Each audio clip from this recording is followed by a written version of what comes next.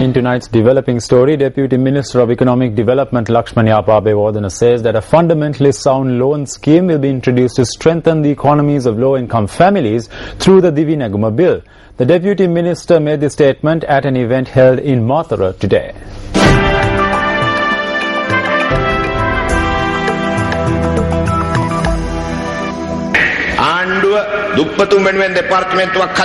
The government is doing this in order to establish a department for the poor and develop the economy. We are also creating a fundamentality sound loan scheme in order to strengthen the economy of the parents of these children. Through this, we will make the regulations at community banks more lenient so that more money will flow into the villages and there will be development. This event was held to lay the foundation stone for the Mahindodaya Technological Laboratory that is being constructed at the Deyyandara Mahavidyalaya in Mathura.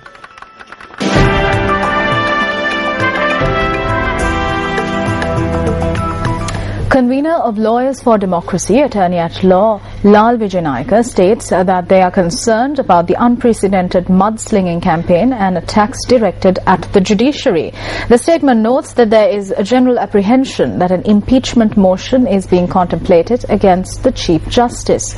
It adds that this could be considered as an attack on the independence of the judiciary and on the rule of law. Pointing out the importance of the independence of the judiciary, Lawyers for Democracy has called upon the government to seize the onslaught against the judiciary.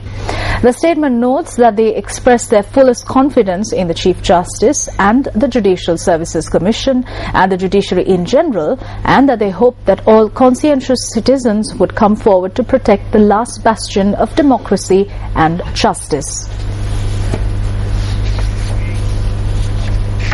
Staying in local news, addressing a media briefing this evening, leader of the Janaseta Peramuna, Venerable Battaramulle Sila Ratanathera, said that the executive, the judiciary and the legislature should not get into a conflict.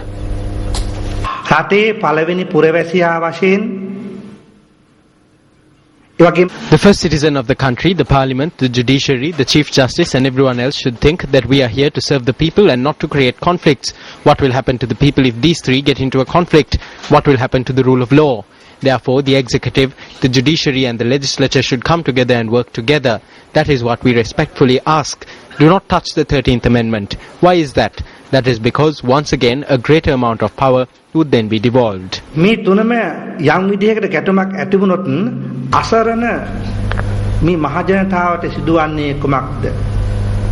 The United National Party states that massive losses have been incurred through the purchase of Greek bonds by the Central Bank of Sri Lanka at a time when the Greek economy was in recession.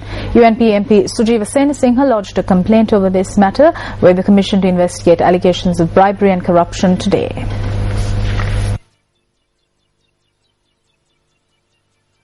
In the latter part of September, MP Sujiva Senasinghe filed a petition in the Supreme Court pointing out the losses that would be incurred by the country by the investment in Greek bonds by the Monetary Board of the CBSL. Court thereafter called for the monetary regulations pertaining to investment of foreign currency. The petition is due to be taken up again on the 29th of November. The matter had also come up for debate in Parliament on a prior occasion. Honourable Speaker, you said that I have filed a petition over this matter with the Supreme Court. That is true.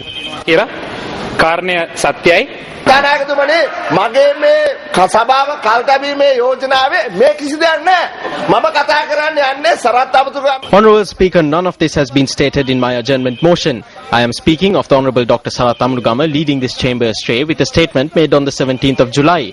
What I hope to do through an analysis of this statement is prove that officials at the Central Bank have lied to this House through the document they have provided to him.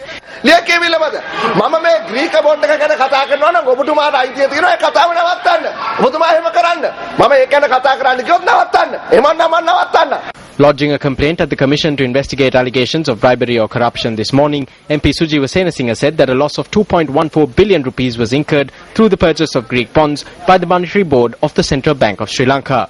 මහා බැංකුව විසින් ජනතාවගේ මුදල් euro මිලියන 22ක් ඒ කියන්නේ බිලියන 4ක වගේ ප්‍රමාණයක්. The central bank has invested 22 million euros of public funds or 4 billion rupees in Greek bonds over the past several months. The Supreme Court has ordered them to submit the monetary regulations pertaining to investment of foreign currency. This investment is not in accordance with any of these regulations. This is an illegal investment. We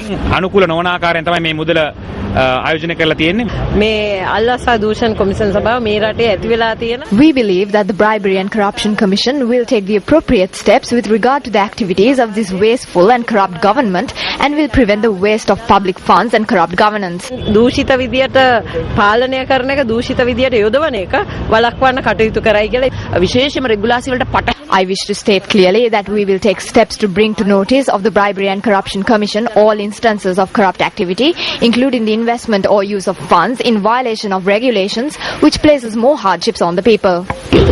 By the middle of 2010, the Greek economy was faltering seriously, and its paper were being rated junk by most of the rating agencies. During that period, Sri Lanka invested some 22 million euro in worthless junk Greek bonds and ended up losing more than half of that investment, completely gone. So the UNP has been raising this issue in Parliament over a period of time. We have brought a no confidence, or rather a motion to appoint a select committee. The police have commenced investigations into the suspicious deaths of two young men at a store in Agrapatana, Nuwara last night. The police say that the cause of death could be determined following the post-mortems, which were to be held today. Information has come to light that after shutting down the shop at about 9 o'clock last night, the two men had attempted to power up an electricity generator. The police say that investigations are underway to determine if the young men died from poisonous fumes from the generator, food poisoning or some other cause. The deceased have been identified as 15-year-old Rajaratnam Sudarshan from Agrapatana and Ramejan Ramachandran from Lindula.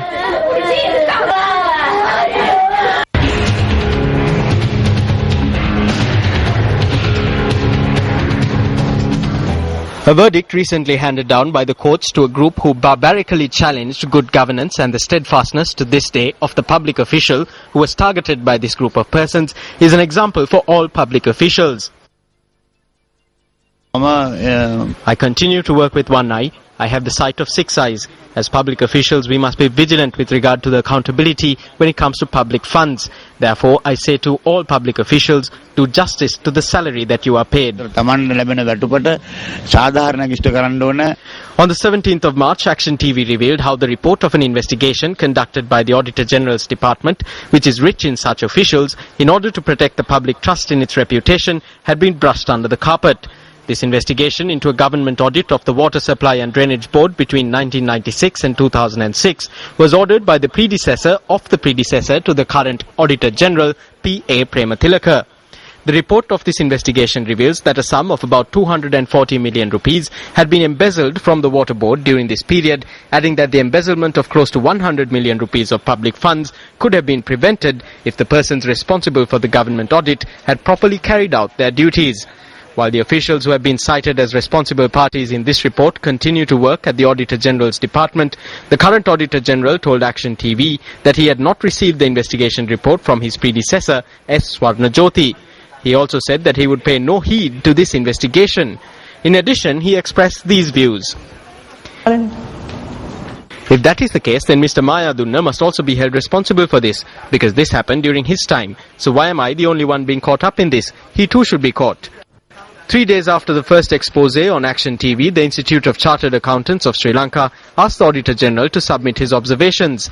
The Institute of Chartered Accountants had a second reason to ask the Auditor General to submit his observations, that being a complaint submitted by the Sri Lanka Audit Examiners Association. About 6 months later, the Institute of Chartered Accountants has now addressed a letter to the Sri Lanka Audit Examiners Association. The letter states that the Institute of Chartered Accountants of Sri Lanka has not found any misconduct on the part of the Auditor General or his deputy. However, the two-member committee appointed by P.A. Premathilaka to investigate the matter at hand said that Sri Lanka audit standards had been violated when the audit was conducted.